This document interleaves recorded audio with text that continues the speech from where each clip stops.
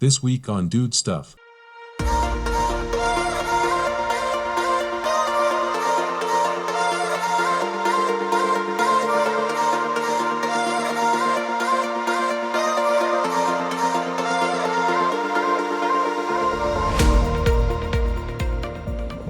What is going on, guys? So today we are testing the Engwe C20 PRO and we're going to be asking the question, what is the point? Because even for myself, I've tested loads of Engwe bikes. I'm like, why do they need another bike in the range? Their bikes are good, but what is the point of this? So I'm going to be figuring that out today and letting you guys know. If it's confusing for me as an e-bike reviewer, then 100% it's going to be super confusing for you guys. So what's the C20 PRO all about? Is it any good? Is it powerful enough? Is it durable enough? Should you buy it? Who wants to buy it? We're not going to mess about today. We're going to get straight into it. But just a quick reminder, on raffle.com, I'm giving away e-bikes for just a £2 entry. And I've currently got a DIY e-bike built by myself with the value of almost £2,000. I've got a really high spec mountain bike, 2000 watt 52 volt conversion. I'm giving away for just a £2 entry. Extremely high odds of winning it, so head over to raffle.com/dudestuff, link in the description. Right guys, don't know about you, but I don't trust a soul. Might have been something to do with being married to a narcissist for 15 years, but by the by, let's get back to the review. Why should we trust Engwe? Why should we believe that this is another bike worthy of being in their range? I've never tested a bad bike with Engwe, but I'm still confused as to why we need this one particular, and I'm not just going to take their word for it on the range and what this bike can do. So I've had a quick look at the spec sheet, and one thing that jumped out to me was this is only a 36 volt e-bike, which is about the lowest voltage in batteries you're going to get on an e-bike, and supposedly it has got a 150 kilogram payload. Really? I'm not going to say their word for it.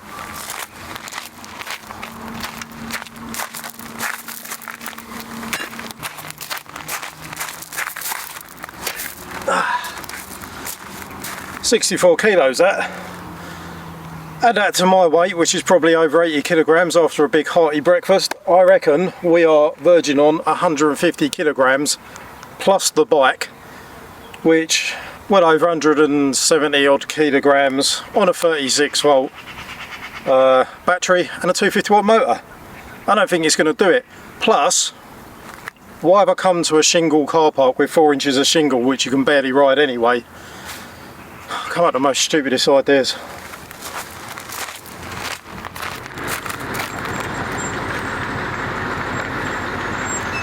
I'm putting a lot of trust in this kickstand right now. The carrier rack says maximum 35 kilos on it. I've already got 32, so this is probably a really dumb idea. My dumbbells and my camera alone are probably worth more than the bike. But let's see what it can do.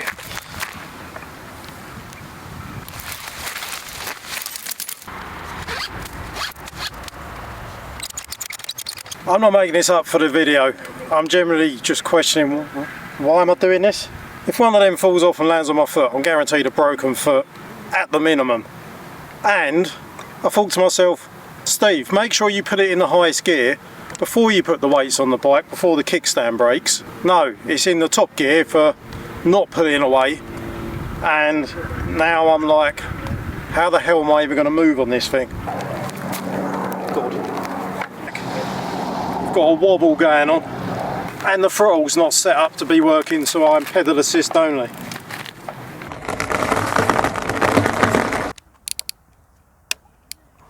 It's no good, I'm going to have to push it to change gear. Change gear. Can I lift it? Oh my god. Terrible idea. Why did I come to a shingle car park to try it? Why did I try doing this? Why did I try doing it in a shingle car park?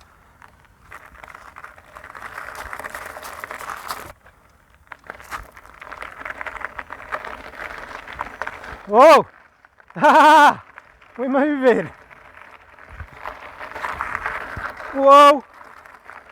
Major wobbles. Oh my god, we're going.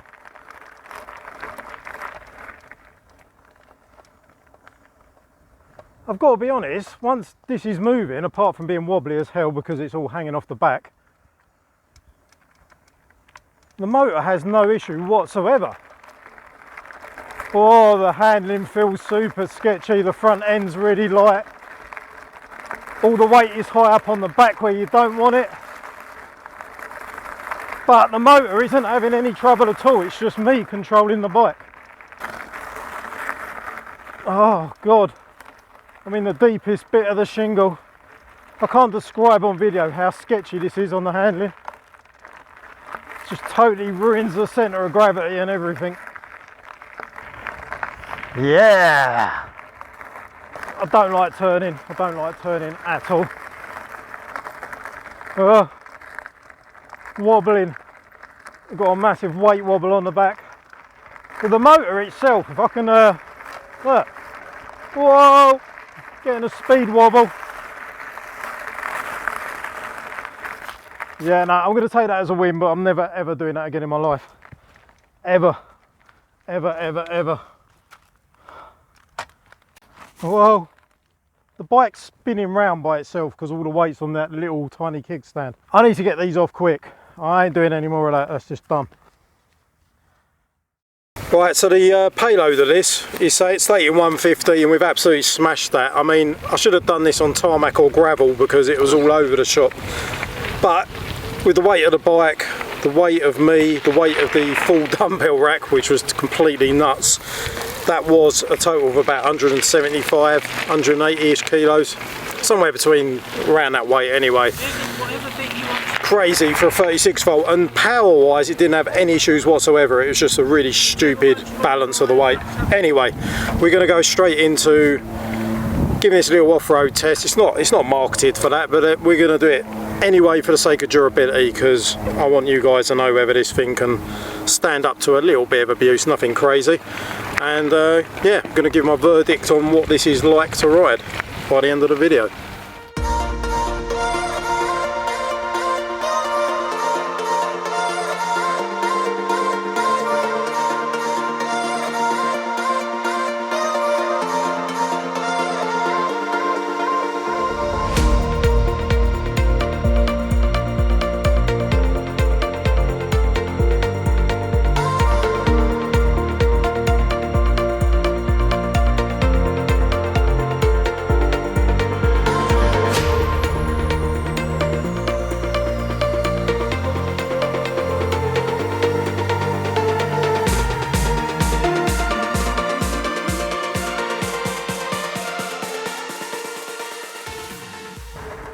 I'm out on the road now on this thing, and it's pretty nimble really. So let's talk about the spec of this bike.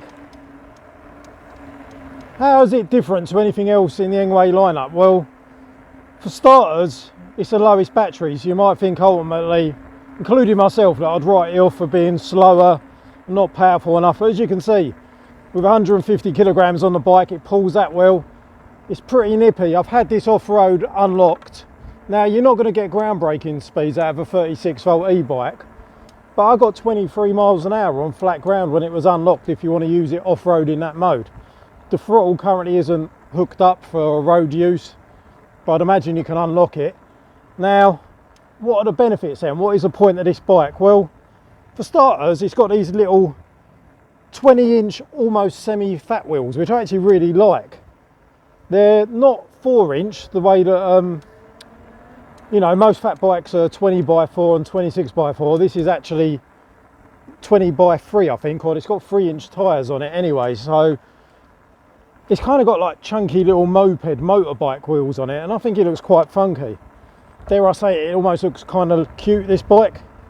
I don't know, it's got a little bit of character to it. I like it. I think you could probably modify these somewhat with little like motorbike tyres, I reckon, if you wanted to sort of do that kind of thing. I know I'm not going by dimensions, but it feels a little bit smaller to the usual sort of Engwe Pros and all the other folding Engways that I've used. It's a little bit more suited. I think it'll suit all riders because the handlebar stem goes up and down, the seat post goes up and down. But, you know, if you're kind of around 5'6", maybe even a little bit shorter, I think this will suit you a lot more than some of the other Engways, which tend to suit people more kind of 6 foot or up towards 6 foot and upwards really. Now, the pros of this bike are It is a bit smaller in my eyes and a bit lighter than the rest of the lineup. It's cheaper because it's only 36 volts and not 48 volts. The price is cheaper and you're not losing a lot of speed. You know, you could probably pedal this unlocked at 23 and faster downhill. Whereas, you know, you might get 25, 30 out of the more expensive ones, but they're heavier. Another point I wanted to raise is I generally tend to just say no to reviewing 36 volt e-bikes, because if you look on places like Electrohead, you can see them advertising 36 volt e-bikes with 6.5 to 9 amp hour batteries for like almost £2 and up, which is insane. Not only for the price point, you're just getting, in my opinion, absolutely rubbish performance. Most 36 volt e-bikes are only small range batteries. 99% of the time I say no to them because you're not getting much power and you're not getting much range, which is kind of pointless. You know, you at least want to be getting one out of them two. Even if the bike sort of isn't crazy fast, if you get really good range, that's still going to suit a lot of consumers, you know. So this is one of the very few 36 volt e-bikes I've seen where I think it's got a 15.6 amp hour battery, which is really good. I've never seen a 15.6 amp hour 36 volt e-bike. I'm not saying it's the only one in the world, but that is a massive bonus. You're definitely going to get more range than you would on most cheap 36 volt e-bikes. And now this is coming in at a price point of, you know, close to £1,000. Yeah, this bike's on the £1,000 end of the price point scale. So what it's got going for it, it's got these cute little mini fat wheels, in my opinion. It's actually a little bit quirky looking compared to the, you know, when you got the folding ones with the full 4-inch fat tyres. They look cool, but potentially to fit it in the boot of a car, you'd have to fit it down pretty small. And with 4-inch fat wheels, it's kind of defeating the object of making it small and compact, in my opinion. Now, I like the fact this has got almost full fat tyres, but not quite. I mean, 3 inches is more than, you know, most of your full-on downhill mountain bike size tyre width. So you've still got some pretty substantial chunky tyres. I think they're 20 inch, so the same size diameter as a BMX wheel, but the width is yeah, it's pretty impressive. I like it. I think in summary, you've got LED lights built in, you've got all the usual stuff, 5 level pedal assist. Obviously the folding thing is going to be useful to a lot of people. You can fold the whole steering column down and fold the bike in half. The pedals fold up, so you could compact this pretty damn small to fit in a pretty tight space, which is good. So if you're looking for something for you've only got a budget of about £1,000, this is definitely worth considering as a contender because it does everything you need to do. It's fairly sprightly. It gets up hills all right. Had absolutely no problem. The pedal assist seems to take here. It's just kicking in now. Pedal assist seems to take a few seconds to kick in, but look, it flies.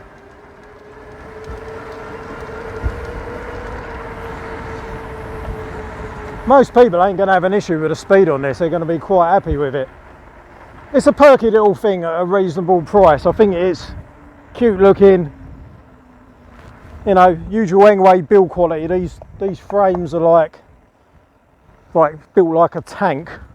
I don't even know if they need to be that substantial. Maybe they do because of the folding mechanism, but yeah, it's quite a solid bit of kit. Yeah, it's just nice and smooth. I'd say if you're looking for a budget-friendly e-bike, whether you're looking, you know, for a folding one to save some space, or you want something that's got a bit better range, this is worth considering, because if you're looking at something already, check the amp hour of the battery, and if it's about 6 amp hours, 9, even 10 amp hours, obviously this is going to give you a lot better range at 15.6. It's quite a rare thing, so I can see a reason for this being in Engwe's lineup. You know, unless you want to step the price up by a significant amount and jump up to 48 volt and 52 volt 20 amp hour things, you might want to save yourself £200, £300, £400, £500, £1,000 by getting something like this. So I'm going to put the links for this bike in the video description. Check out the link for Engwe. If there's any discount codes, I will put them in there. Don't forget to check out the raffle, guys, because someone's going to get an absolute bargain on my 2000 watt monster hardtail mountain bike build. And I look forward to seeing the lucky winner. And that is it for this video, guys. Don't forget, if you're not already, subscribe to the channel, give the video a like and leave us a comment, and I'll see you guys in the video soon. Take it easy.